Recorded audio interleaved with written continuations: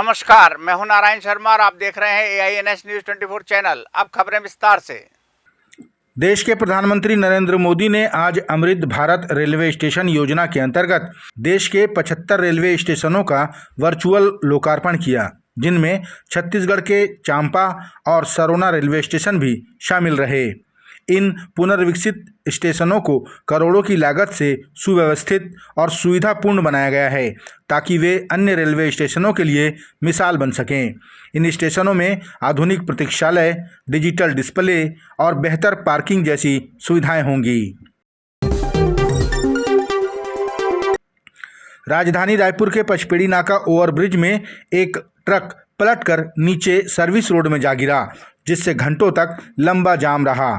जानकारी के मुताबिक इस हादसे में किसी के हताहत होने की खबर नहीं है। महासमुंद से रायपुर की ओर आ रहे इस ट्रक ने अपना नियंत्रण खो दिया और ये हादसा हुआ, जिसमें ट्रक चालक घायल है। उसे उपचार के लिए अस्पताल में भर्ती कराया गया है। रेलवे द्वारा बनाए गए करोड़ों की लागत के ओवरब्रिज में थोड़ी बारिश के बाद दरारें पड़ने और डामर उखड़ने से हड़कंप मच गया। राजनांदगांव के बरगा, मुसरा और आलीवारा गांव में बने इन ओवरब्रिज की सड़कें दम तोड़ रही हैं। लगातार शिकायत और दबाव के बाद नागपुर डिवीज़न के DRM निरीक्षण करने पहुंचे। सुरक्षा की दृष्टि से दरारों को अस्थायी रूप से भरवाया गया और मरम्मत की गई। DRM ने कहा कि विशेषज्ञों की टीम मुंबई से पहुंच रही है। उसके बाद जवाबदेही तय होगी और कार्रवाई की जाएगी। इधर पूरे मामले में कांग्रेस के शहर अध्यक्ष जितेंद्र मुदलियार ने कहा कि करोड़ों की लागत से बने इन फ्लाईओवर के निर्माण में गुणवत्ता का ख्याल नहीं रखा गया और भारी लापरवाही बरती गई। उन्होंने कहा, ये रेलवे के गैर जिम्मेदाराना प्रवृत्ति को दर्शाता है। रेलवे पूर्णतः भ्रष्टाचार में डूबा हुआ है। जिस प्रकार से बरगा, आलीवारा, मोहारा ब्रिजों में दरार है, ये बताता है कि 70 से अधिक करोड़ की लागत से बने इन फ्लाईओवरों में एक बारिश में जिस प्रकार से दरार पड़ गई और जिस प्रकार से इनका स्ट्रक्चर का अलाइनमेंट बिगड़ गया है, इससे सीधे सीधे कहा जा सकता है कि भ्रष्टाचार को रेलवे ने बढ़ावा दिया है। एक तरफ सशक्त प्रधानमंत्री की बात करते हैं और दूसरी तरफ खुल के पैसा खाने का काम भारतीय जनता पार्टी की सरकार, इनके मंत्री और रेलवे के अधिकारी करते हैं। इसकी जांच होनी चाहिए। लोगों को सच्चाई पता होना चाहिए कि क्या कारण से रेलवे का ब्रिज भसक रहा है, क्या कारण से ये ब्रिज गिरने की स्थिति में है। और अगर इसको संज्ञान रेलवे वाले नहीं ले रहे हैं तो आने वाले दिनों में जान माल की भी हानि हो सकती है। इसकी जांच होनी चाहिए और दोषियों के खिलाफ कार्रवाई होनी चाहिए। ये जितने फ्लाईओवर जो तीनों बने हैं, दुर्भाग्य का विषय है कि उसमें भी ग्रामीणों को मुआवजा नहीं मिला है आज तक। जिनकी जमीन अधिग्रहण की गई है वो लोग आज घूम रहे हैं, कार्यालयों के चक्कर लगा रहे हैं। 3 साल से ऊपर हो गया, उनको मुआवजा नहीं मिल रहा है। इन्हीं सब मांग को लेकर आज DRM यहाँ उपस्थित थे नागपुर डिवीजन के। हम लोगों ने अपनी मांग उनके समक्ष रखी है और आने वाले दिनों में अगर इसमें कोई कार्रवाई नहीं हुई तो हम लोग रेलवे के खिलाफ बड़ा आंदोलन करेंगे। क्या आप यकीन करेंगे, राजधानी रायपुर में खुल गया है शुद्धता से परिपूर्ण, कम कीमत में अनलिमिटेड भोजन के साथ शुद्ध शाकाहारी श्री नारायण थाली। जी हाँ, यहाँ आपको मिलता है मात्र 170 रुपये में ऐसा स्वादिष्ट भोजन जिसका स्वाद आप कभी नहीं भूल पाएंगे। श्री नारायण थाली में आपको मिलती है 3 सब्जियाँ, दाल, कढ़ी, रायता, सलाद, पापड़, चावल, ढोकला, 2 प्रकार की चटनी, मीसी रोटी और गर्मा गर्म तावा रोटी, जितनी आप खा सकें। साथ में गुलाब जामुन भी। तो एक बार जरूर आइए और अपने परिवार के साथ शुद्ध भोजन का स्वाद चखिए। हमारे यहाँ जैन थाली भी उपलब्ध है। श्री नारायण थाली, शॉप नंबर 75, शुभ कदम के बाजू में, सिटी सेंटर मॉल के पास, पंडरी, रायपुर। Phone number 90094 74545।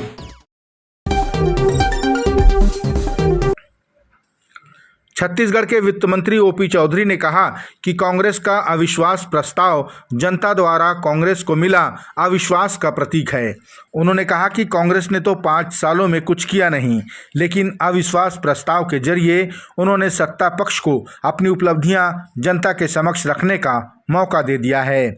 वित्त मंत्री ने कहा कि कांग्रेस को किसी पर विश्वास नहीं है, न ही सरकार पर, न ही पुलिस पर, न ही सुप्रीम कोर्ट पर, यहाँ तक कि कांग्रेस को जनता पर भी विश्वास नहीं है। आज हमारे छत्तीसगढ़ विधानसभा में कांग्रेस अविश्वास प्रस्ताव लेकर के आई है। फील्डिंग जरूर उन्होंने सजाया, मगर चौका छक्का हम लोग मारेंगे। इन्होंने, विपक्ष ने मुख्यमंत्री जी को और हमारी सरकार को एक बहुत बड़ा अवसर दिया है, जिसमें 2.5 साल में जितने अच्छे काम हुए हैं उसको सामने रखने का, और इन्होंने 5 साल में जो कारस्तानियाँ की थी उनको सामने रखने का एक बड़ा अवसर हमें प्रदान किया है।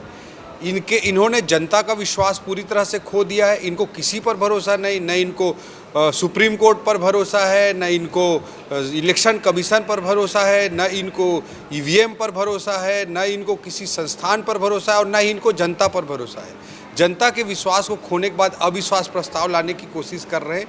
ये अविश्वास प्रस्ताव औंधे मुँह गिरेगा, और छत्तीसगढ़ की जनता ने जो विश्वास और आशीर्वाद भारतीय जनता पार्टी को और पूरे देश में भी भारतीय जनता पार्टी को दिया है, उसी की एक झलक फिर से आज विधानसभा में उसी के परिणामों को हम सामने रख पाएंगे।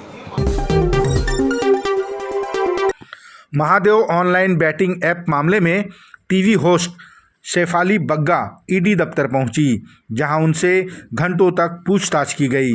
सूत्रों के अनुसार शेफाली पर बैटिंग ऐप के प्रमोशन और टेलीग्राम चैनल संचालन के आरोप हैं। ईडी की जांच में विदेश से संचालित बैटिंग ऐप से जुड़े सबूत मिलने की भी खबर है।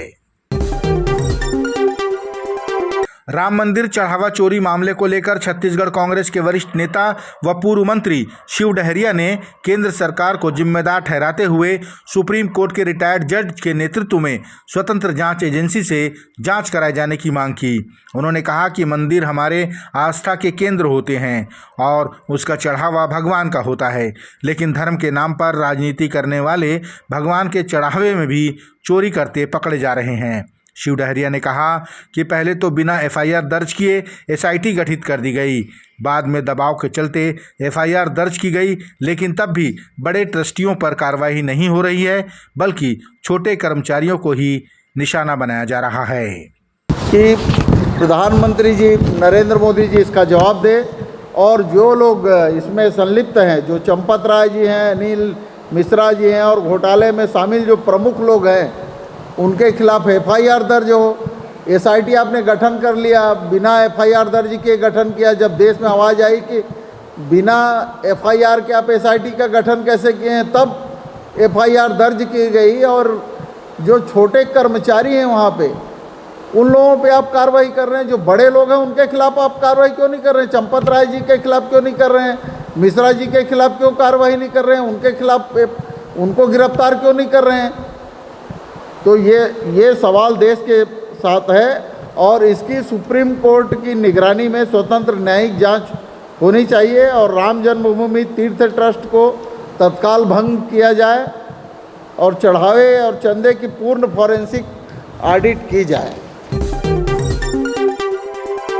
नकटी गांव में प्रशासन द्वारा अतिक्रमण के नाम पर उजाड़े गए घरों और प्रभावित ग्रामीणों का मामला अब लोक भवन तक जा पहुंचा है। कांग्रेस के एक प्रतिनिधिमंडल ने प्रदेश के राज्यपाल से मुलाकात की और नकटी गांव की दुर्दशा से उन्हें अवगत कराया। कांग्रेस जनों ने बताया कि राज्यपाल महोदय ने उन्हें आश्वासन दिया है कि विधानसभा सत्र के बाद वे मुख्यमंत्री से इस विषय पर बात करेंगे। नकटी में जिस प्रकार से 85 लोगों के मकानों को तोड़ा गया था, हम आज लोक भवन आकर महामहिम राज्यपाल साहब से मुलाकात की, और संवेदनशील मामला है। राज्यपाल साहब ने भी इस बात को कहा, और राज्यपाल साहब की बात सुनकर ये लगता है कि इन लोगों को न्याय मिलेगा। विधानसभा सत्र खत्म होने के बाद उन्होंने सरकार से बात करने की बात कही है, और आज ग्रामीण और कांग्रेस के तमाम साथी राज्यपाल साहब से मुलाकात करने गए थे। पहले भी समय लिए थे, लेकिन राज्यपाल साहब थे नहीं, इसलिए समय नहीं मिला। आज 11:30 बजे का समय था, और हम लोगों ने नकटी में जो घटना घटी वो पूरी घटना राज्यपाल साहब के सामने एक लिखित में ज्ञापन के रूप में दे दिया है। ये थे आज के प्रमुख समाचार। आप देख रहे थे हमारा लोकप्रिय यूट्यूब चैनल AINS News 24। अब हमें इजाजत दीजिए। कल तक रोजाना की ताज़ा खबरों के लिए आप देखते रहिए हमारा लोकप्रिय यूट्यूब चैनल। हमारे यूट्यूब चैनल को लाइक, सब्सक्राइब और बेल आइकॉन का बटन दबाना ना भूलें। नमस्कार।